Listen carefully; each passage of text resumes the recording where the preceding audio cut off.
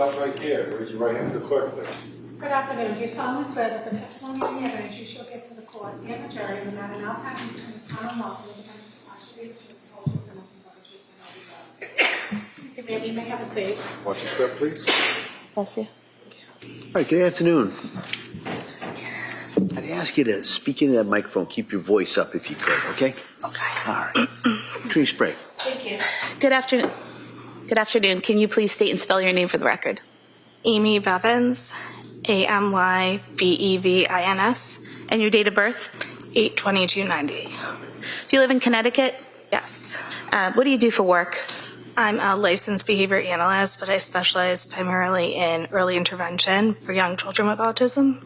If you could just keep your voice up a little bit, maybe come a little forward to the mic. How long have you been doing that? 6 years. I was a special education teacher before that for a long time as well. Do you know Lindsay Clancy? Yes. How do you know her? We have been friends for almost 29 years. So you met her when you were children? Yes. Did you go to school together? Elementary school. And after that? All the way up through middle school and high school as well. Okay. And did you keep in touch with Lindsay when you went off to college? Yes. I'm assuming you didn't go to the same college, right? No. Do you know where Lindsay went? Quinnipiac University.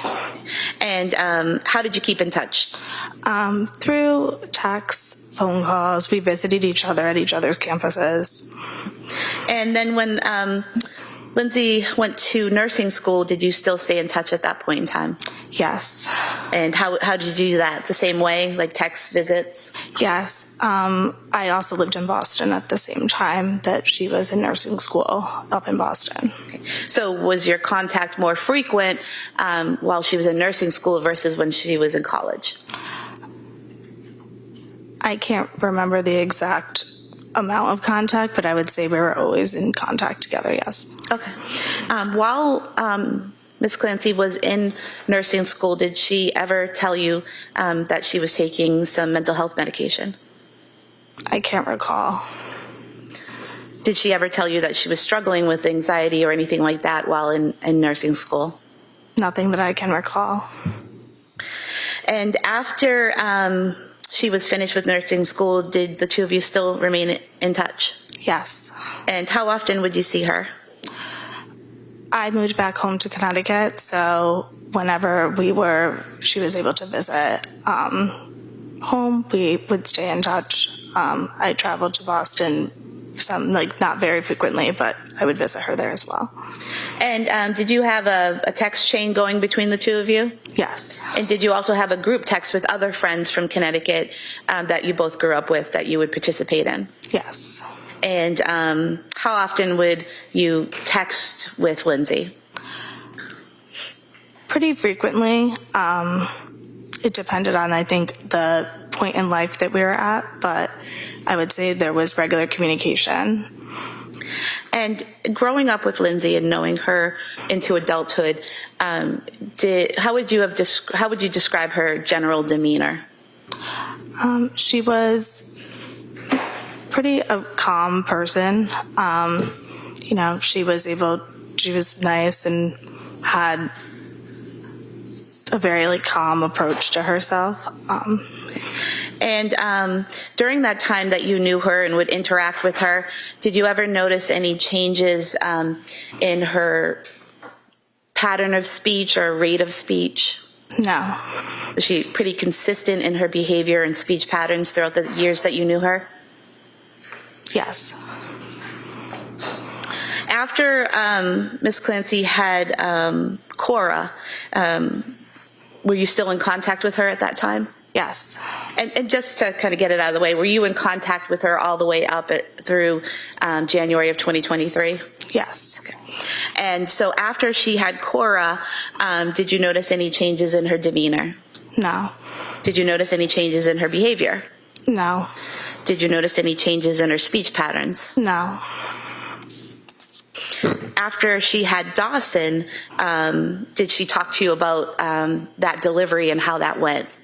Yes. And what did she tell you about that? That was more of a difficult delivery than the one she had with Cora, that she would maybe need to take some time to recover prior to thinking about having a third child. And during that time after she had Dawson, did you notice any changes in her behavior No, or her demeanor, no, her speech pattern? no.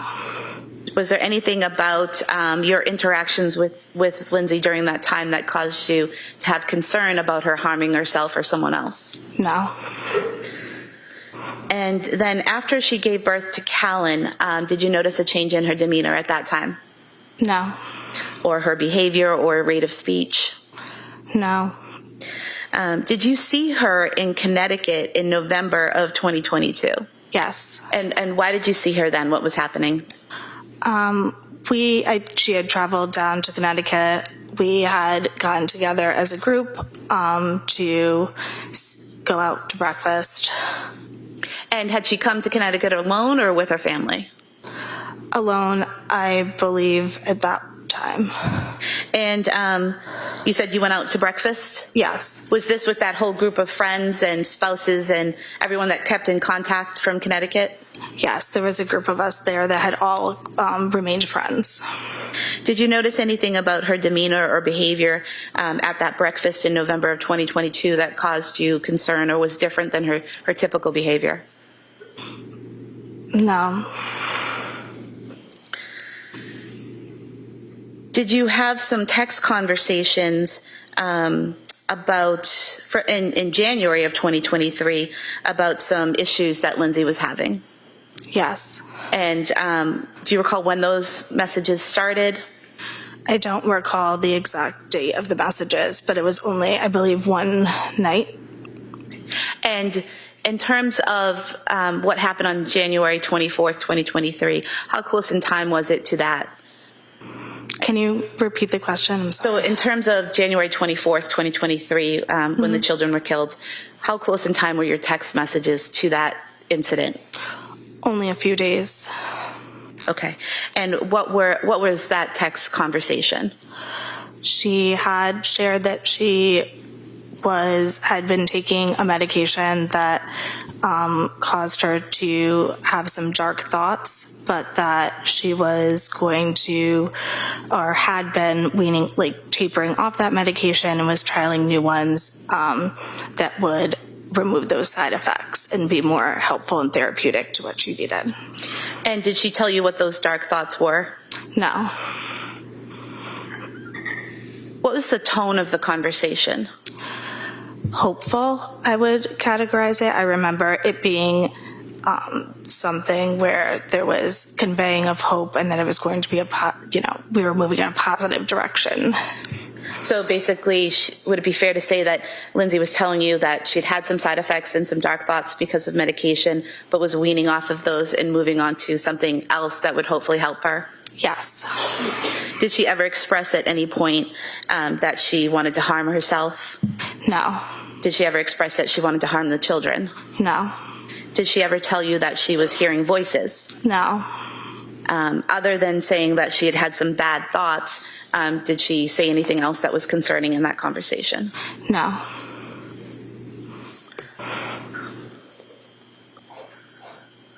I want to direct your attention to March of 2023. Did you visit Ms. Clancy while she was at the Spalding Rehabilitation Facility? Yes. And how was that arranged? At the request of one of her family members who reached out to see if I would like to come visit. And you traveled to Massachusetts and visited Lindsay at the Spalding Rehab Center, is that right? Yes. And what did you do there with Lindsay that day? We made small talk. We played Uno. It was a pretty basic visit. When you say you made small talk, what did she talk about? I remember her asking about my daughter. I remember her asking about any updates to life events for our friends. We talked about some hobbies that she was doing while at Spalding and then played a game. Do you remember what hobbies she was doing at Spalding? I can't recall specifically, no. At any point in time, did she mention the death of her children? No, At any point in time, did she break down in tears and cry about her children? no. What was her affect during that meeting?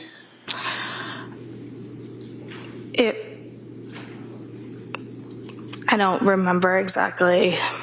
Pretty neutral, I would say. Did she attempt at any point to harm herself? No, Did she ask you for help in harming herself? no, Did she talk about Cora Dawson or Callan at all? no. I have nothing further. Thank you. Mr. Reddington.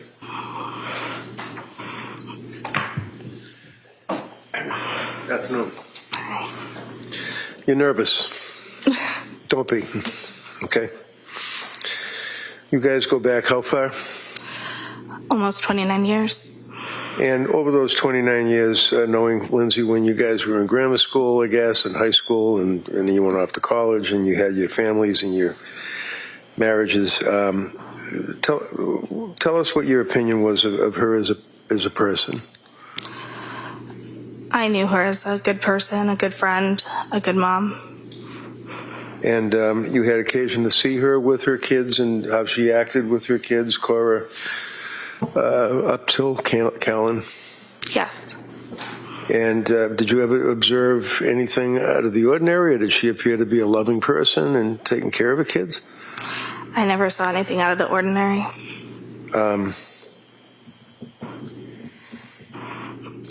District Attorney asked you about the visit that you had when you were good enough to visit with her at Spalding Rehab.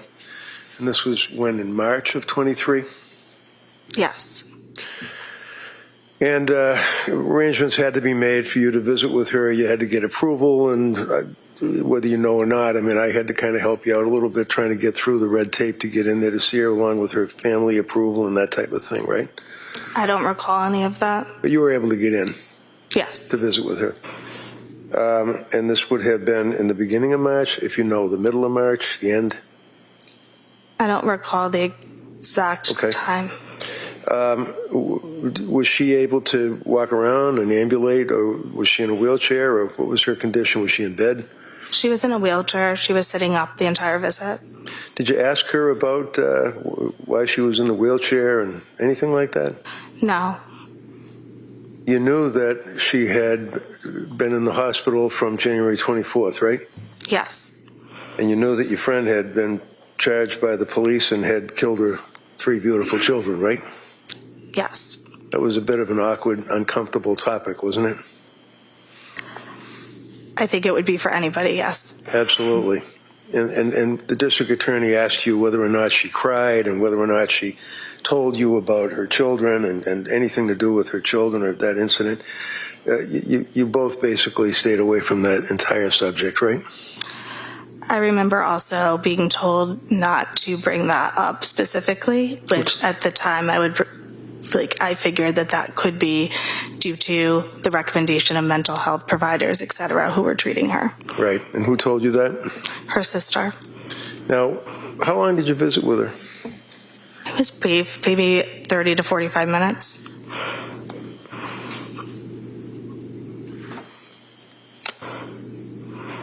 That's all I have. Wait a minute.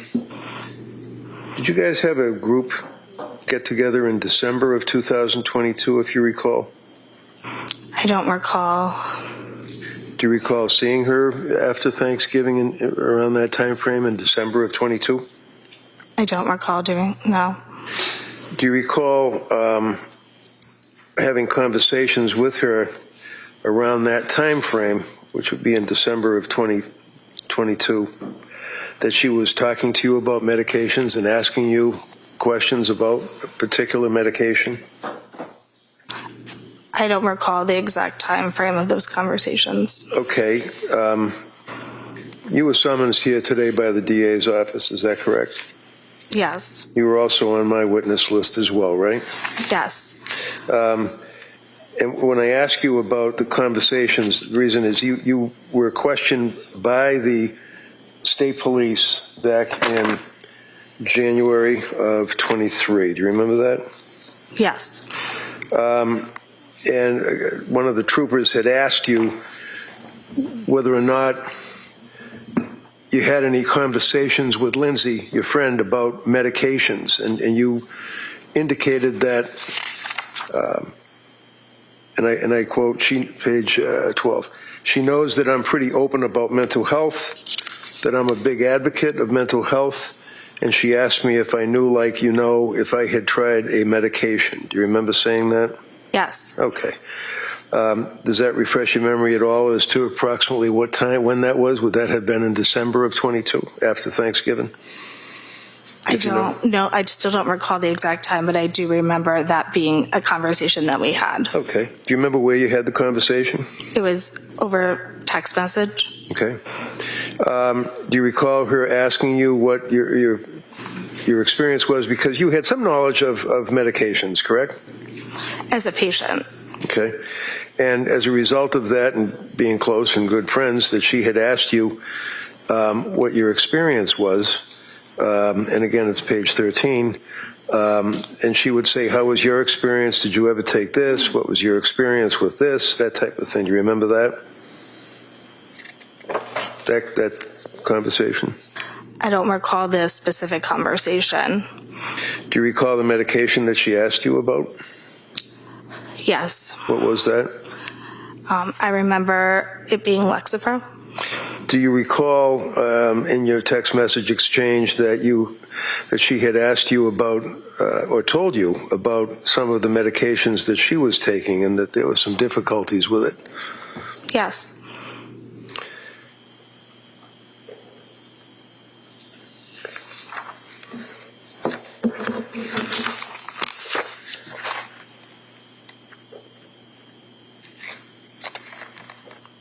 Do you remember that she had asked you whether or not you had noted or if you were aware of any side effects of medications? I don't recall. And after those text threads and with that understanding, being as close to Lindsay as you were, she then confided in you that she was having dark thoughts, as I think was the expression. That was a long time after the conversation that we had about the medication. I do remember that being the first time I had heard any concern around her mental health up until that point. Okay, and what point was that, if you remember? Can you restate the question? Sure. Let me ask it this way. When she told you that she was having problems or difficulties with the medication and when she was telling you that she was having dark thoughts, do you remember when that was? Towards the end of January 2023. Okay. Do you remember, was that in person or was that a message, text message? Over text message. Did she explicate or did she explain what the dark thoughts were? No. And the next time you saw her after that was at the hospital rehab, correct? Yes. Thank you, ma'am. That's all I have. Counsel? All right, thank you, ma'am. You may step down.